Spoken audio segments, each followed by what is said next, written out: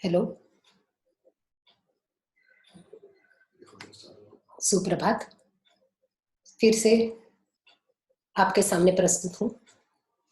हमारी बची हुई जो कविता है संत दादू दयाल की लिखी हुई भक्ति महिमा, जिसके हमने 5 साखियाँ पूरी कर चुकी हैं और अभी हम छठी साखी से शुरुआत कर रहे हैं। फिर से छठी का मैंने थोड़ा सा हिस्सा आपको पहले बताया था, फिर से हम उसी से शुरुआत कर रहे हैं। संत दादू दयाल भक्ति काल के कवि है, जिन्होंने कबीर के पीछे पीछे निर्गुण भक्ति परंपरा को आगे बढ़ाया है। अब उनकी छठी साखी जो है, जिसे फिर से हम शुरू करते वक्त ले रहे हैं।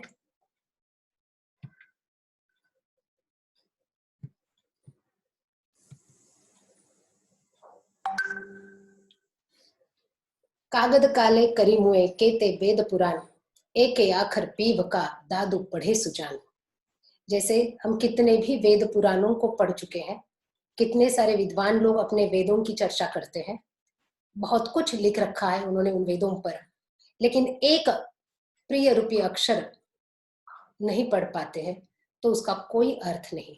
लेकिन कोई व्यक्ति होता है जिसे वेद पुराण नहीं आते हैं, वो विद्वान लोगों में नहीं माना जाता, नहीं गिना जाता, लेकिन उसे प्रेम समझ में आता है।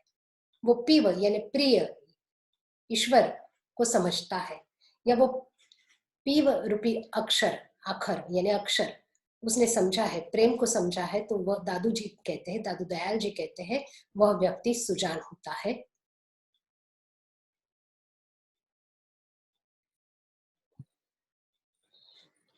अब हम आज से 7वीं साखी शुरू करें। दादू मेरा बैरी मैं मुआ, मुझे न मारे कोई, मैं ही मुझको मारता, मैं मर जीवा हुई।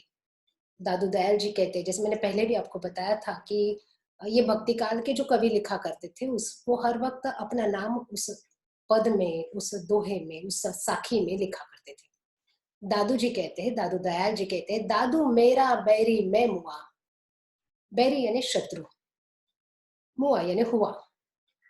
मुझे न मारे कोई, मुझे कोई नहीं मार सकता, मैं ही मुझको मारता, मैं मर जीवा हुई। मर जीवा यानी मृत्यु, जीवित होने के बाद भी मृत्यु, यानी हम ये कह सकते हैं कि मुआ मने सॉरी मर जीवा मने मृत्यु के उपरांत भी, यानी वैरागी हो चुका है, अर्थात जीवित होते हुए भी मृत्यु के समान है, अर्थात जिसे किसी भी विषय में वैराग्य आ चुका है।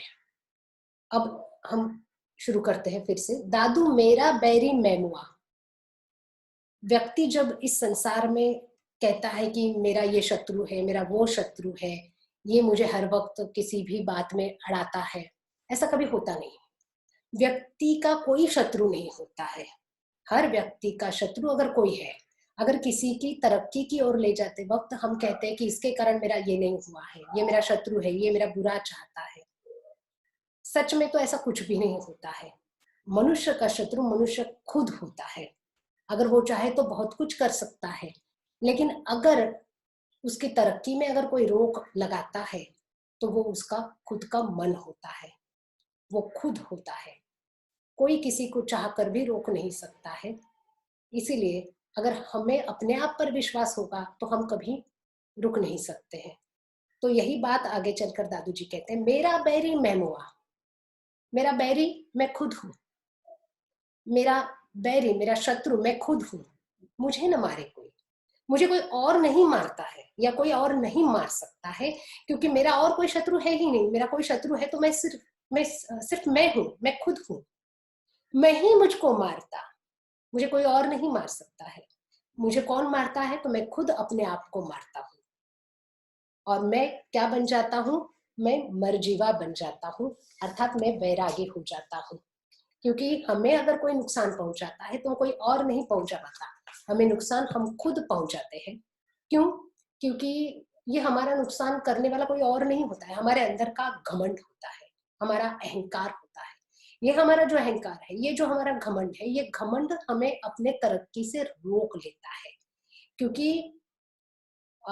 ये घमंड हमें अपने इच्छित स्थल तक नहीं पहुंचा पाता है। क्योंकि जब घमंड का निर्माण होता है तो हम सब कुछ भूल जाते हैं और उस अहम में, उस घमंड में, उस अहंकार में अपने आप को उलझा देते हैं और हम अपनी तरक्की को भी रोक देते हैं।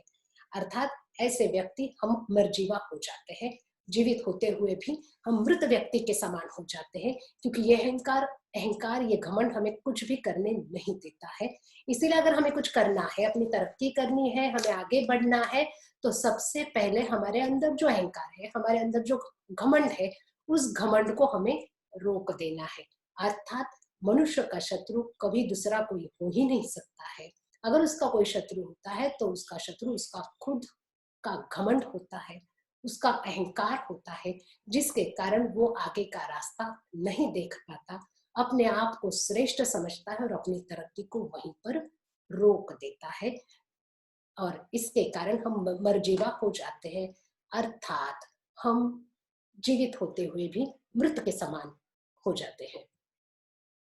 आगे की साखी, जिनकी रक्षा तू करे ते उबरे करतार, जेते छाड़े हाथ थे ते डूबे संसार। जिनकी रक्षा, रक्षा माने रक्षा, तू करे, तू माने यहाँ ईश्वर,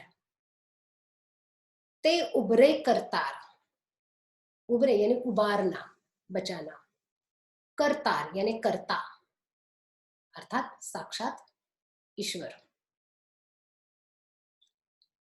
अब करतार माने ईश्वर, माने सृष्टिकर्ता। जेते छाड़े हाथ थे, छाड़े यानी छोड़ना, ते यानी तुम, हाथ थे, अगर तुमने हाथ को छोड़ दिया, ते डूबे संसार। अब ये साखी पढ़ाते वक्त एक कथा मुझे याद आ रही है, मैं पहले वो बताती हूँ तो आपको ये साखी समझने में आसानी हो जाएगी। रामायण का युद्ध हो रहा था। श्री राम जी श्रीलंका जाने के लिए रास्ता बना रहे थे। हर बंदर उसमें हिस्सा ले रहा था। सब बंदर एक पत्थर पर राम शब्द लिख रहे थे और उस समुद्र में डाल रहे थे। वो पत्थर डूबा नहीं, वो तैर रहे थे। श्री राम का नाम लिखा तो हर पत्थर पानी में तैर रहा था। रास्ता बनाने के लिए वो भी अपना योगदान दे रहा था। तो श्री राम बैठे बैठे सब देख रहे थे, तो उन्होंने सोचा क्यों ना मैं भी एक पत्थर डालकर अपना काम करूं, अपना सहयोग दूं इस काम में। उन्होंने भी एक पत्थर पर राम लिखा और उन्होंने वो पत्थर समुद्र में डाल दिया। जैसे ही उन्होंने वो पत्थर डाला, वो समुद्र के अंदर चला गया, वो तैरा नहीं। राम दुखी हो गए कि सबके पत्थर तैर रहे और मेरा पत्थर है कि जो डूब गया। हनुमान जी ने ये सब देखा तो दुखी राम के पास पहुंचे और उन्होंने कहा कि क्या हुआ प्रभु। तो श्री राम ने कहा कि अरे सब लोग पत्थर डाल रहे, सबके तैर रहे, लेकिन मेरा है कि वो अंदर चला गया। तो हनुमान जी प्रभु से कहते हैं कि प्रभु वो आपने लिखा था और आपने उसे जब पानी में डाला तो वो अंदर चला गया, लेकिन ये बंदर जो है वो आपके भरोसे ये सब काम कर रहे हैं और उनको बचाने वाले आप खुद हो, क्योंकि उन बंदरों को रक्षा करने वाले आप हो, लेकिन आपने जो पत्थर लिखा है आपने ही उस पत्थर का साथ छोड़ दिया है, तो वो पत्थर डूबेगा ही, क्योंकि उसको आपका साथ नहीं मिला। अर्थात हम वही कथा यहाँ लेकर आते हैं कि जिनकी रक्षा तू करे, जिनकी रक्षा ईश्वर करता है, तू माने ईश्वर परमात्मा, जिनकी रक्षा ईश्वर करता है ते उबरे करता, अर्थात उसे सृष्टिकर्ता बचाता है। अर्थात जो ईश्वर का नाम स्मरण करता है, जो ईश्वर को याद करता है, जो उसकी भक्ति करता है, तो उसे ईश्वर उबर लेता है, इस भवसागर से निकालता है, इस करतार से, करतार माने ईश्वर, यह उस उबारता है उस भवसागर से, इस संसार से, इन दुख भरे संसार से, या इस संसार में जितने भी दुख है उन दुखों से वो उबारता है, क्योंकि वही ईश्वर उसकी रक्षा करता है, क्योंकि ईश्वर उसके साथ होते हैं। जेते छाड़े हाथ थे, लेकिन वही ईश्वर ने जिनका हाथ छोड़ दिया, छाड़े यानी छोड़ दिया, जेते छाड़े हाथ थे, अगर उन्होंने, ईश्वर ने अगर किसी व्यक्ति का हाथ छोड़ दिया, ते डूबे संसार, उसे कोई उबार नहीं सकता है, वो इस संसार में डूब जाता है। यानी इस पूरे संसार में अगर हमारा अपना कोई है तो वो साक्षात ईश्वर है, परमात्मा है, जो हमारी सहायता के लिए हमेशा आते हैं। लेकिन अगर उनका ही योगदान, उनका ही साथ हमें नहीं मिलता है, तो हमें इस संसार से कोई उबार नहीं सकता है। तो अगर इस संसार में कोई सच है तो वो है साक्षात ईश्वर, बाकी सब कुछ झूठ है, भ्रम है, और अगर हम इस संसार से, इस भवसागर को पार करना चाहते हैं तो हम सिर्फ ईश्वर पर भरोसा रखें, क्योंकि वही है जो हमें इस भवसागर से पार करके मुक्ति दिलाएंगे, मोक्ष दिलाएंगे, इस दुखों भरे संसार से उबार लेंगे। और अगर उन्होंने हाथ छोड़ दिया तो हमें इस संसार से कोई नहीं बचा सकता है। अर्थात ईश्वर भक्ति, ईश्वर महिमा की बात यहाँ दादू दयाल जी कर रहे हैं। दूसरी साखी, काहे को दुख दीजिए, साई है सब माही, दादू एक आत्मा, दूजा कोई नाही। बहुत सुंदर बात कही है। हर मनुष्य में, हर घट में साई रमता, कबीर जी का कहना है। हर घट, घट माने हर शरीर में। इस शरीर में, अगर शरीर तो नश्वर है लेकिन आत्मा ये सच्चाई है, वो नष्ट नहीं होती है, वो अमर होती है। तो हर शरीर में, हर आत्मा में, हर शरीर में एक आत्मा होती है, ये एक ही आत्मा होती है। और हर आत्मा में कौन समाये होते हैं? ईश्वर समाये होते हैं। ईश्वर को ढूंढने के लिए कहीं और जाने की जरूरत नहीं है, वो हर एक के हृदय में समाये होते हैं, हर एक के हृदय में बसे होते हैं। काहे को दुख दीजिए, तो हम किसी और को दुख क्यों दें? क्योंकि अगर हम किसी को दुख देते हैं, किसी को दुख पहुंचाते हैं, अर्थात उसके हृदय को ठेस लगाते हैं, उसे दुखी करते हैं, तो हमें ये याद रखना चाहिए कि हर हृदय में साई बसता है। साई माने यहाँ पर साई है सब माही, साई माने परमात्मा, ईश्वर, ये हर जगह समाये है, हर जगह स्थित है। इसलिए कभी किसी को दुख नहीं देना है। क्यों?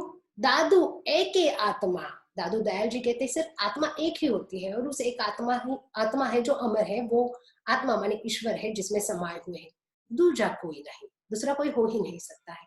तो वो एक ईश्वर होते हैं जो हमारे हृदय में स्थित होते हैं, वो साई हमारे हृदय में स्थित होते हैं, वो हर एक के हृदय में स्थित होते हैं। इसीलिए अगर हम किसी को ठेस पहुंचाते हैं तो किसी और को नहीं ठेस पहुंचाते, हम उस साक्षात परमात्मा को ठेस पहुंचाते हैं। इसके लिए और एक सुंदर उदाहरण कहा जाता है कि जब हम कोई किसी चीज का निर्माण करते हैं, कोई चीज बनाते हैं, कोई वस्तु बनाते हैं, जो कुछ बनाते हैं, कोई चित्र बना सकते हैं, कोई वस्तु बना सकते हैं, या कुछ पदार्थ बना लेते हैं, लेकिन जब हम उसे बनाते हैं तो उसका निर्माण करने वाले हम खुद होते हैं, हम उसके कर्ता होते हैं। लेकिन उस चीज को, उस वस्तु को अगर कोई बुरा कहता है, उसे गलत कहता है, या उसके लिए उसे हंसता है, तो उस वस्तु को, उस चीज को, उस चित्र को बुरा नहीं लगता है। बुरा किसे लगता है? हमें लगता है। हमें क्यों लगता है? क्योंकि उसके निर्माण करते हम हैं। तो अगर हम उसके निर्माण करता है तो हमें दुख होता है। ठीक वैसे हर व्यक्ति का, हर मनुष्य का निर्माण ईश्वर करता है। और जब ईश्वर किसी व्यक्ति का निर्माण करता है, हर मनुष्य का, जो भी इस सृष्टि में जो कुछ है, उस सबका निर्माण ईश्वर ने किया है। तो अगर हम किसी को हंसते हैं, अगर हम किसी को दुख देते हैं, तो वो उस व्यक्ति को नहीं, वो दुख किससे मिल, वो दुख का एहसास होता है ईश्वर को। इसीलिए हमेशा याद रखना चाहिए कि कभी किसी को दुख नहीं देना है, क्योंकि सब जगह पर साई स्थित है, हर हृदय में स्थाई स्थित है। हम किसी को दुख देते हैं, हम किसी को कड़वी बातें कहते हैं, तो हम उस व्यक्ति को नहीं कहते हैं, वो हम साक्षात ईश्वर को कहते हैं। इसीलिए उन्होंने कहा है, दादू दयाल जी ने, काहे को दुख दीजिए, क्यों, काहे, काहे को हम किसी को दुख दे, साई है सब माई, ईश्वर हर जगह समाये है, हर जगह स्थित है। दादू एक ही आत्मा, आत्मा तो एक है, और उस एक आत्मा में वही अमर है, वही श्रेष्ठ है, वही सब कुछ है, वही सत्य है, और वही आत्मा है जिसमें ईश्वर समाये होते हैं। वो ईश्वर, वो आत्मा माने ईश्वर है, दूजा कोई नहीं, दूसरा कोई हो ही नहीं सकता। तो कभी किसी को दुख देते हैं तो आपको ये याद रखना है कि हम ईश्वर को दुख देते हैं, ईश्वर को दर्द देते हैं, क्योंकि वो निर्माण करता हमारे ईश्वर है। इसलिए कभी किसी को दर्द नहीं देना चाहिए, किसी को दुख नहीं देना चाहिए। दादू इस संसार में ये दो ही रतन अनमोल, एक साई एक संत जन, इनका मोल न तोल। दादू दयाल जी कहते हैं कि यह हमारा अंतिम अंतिम साखी है हमारी। दादू दयाल जी कहते हैं, इस संसार में, इस संसार में दो ही रतन अनमोल, अमोल माने अनमोल, जिनका कोई मोल नहीं। रतन माने रत्न, जवाहर, हीरा।